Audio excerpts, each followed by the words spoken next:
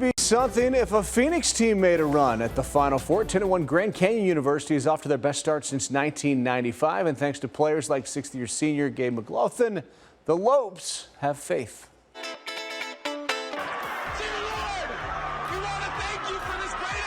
Think about all those moments in the gym and all that time when you maybe worked and no one was watching. So what was it like to be on the floor as all of the fans made their way onto the floor to join you? Unreal, I'd say. You dream about those moments. If we'd ever have a court storming here at GCU, it's like this court was empty the night before, right? And you're in here getting shots up, all the positions, all the places you'd shoot, they just storm you after. Like, it's full. The court is completely full.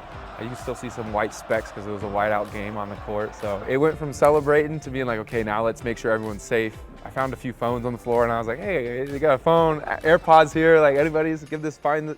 You turned into lost and found. I did. It was making sure everyone's all right. Like, all right, here we go. We enjoyed it. Now let's make sure we're all safe. But overall, the experience was just unreal and unbelievable. Super thankful for it. Take me back to the decision to come here and the vision. How does the reality compare with the vision? Honestly, it was just having a lot of trust and a lot of peace with where God was calling me. Because there was a prayer I prayed, like, God, give me a sign. I wasn't much of a believer at that point, stepping into that faith, but it really felt like God had pressed in my heart, like, yeah, this is where you're meant to be. And then came here and then redshirted that first year, and then all of a sudden the timing had to work out, and all of a sudden Coach Drew's here, and I could not have planned this season any better. And then just these brothers, like, it's all just coming to fruition. My brother's on the team, like, as a manager, and we're 6 years apart, never thought that would happen.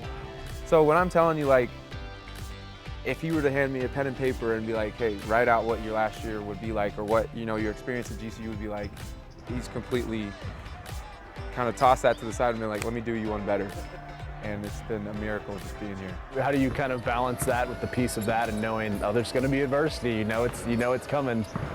Still a long road to go here. Like, me even just having the opportunity to be out on this court, like, I could have, hurt myself, gotten injured, and not had the ability, or some other mishap, and like, I missed the opportunity to even have the chance to be out here. And so, just knowing who brought me to kind of the amusement park, so to speak, in order to enjoy this ride.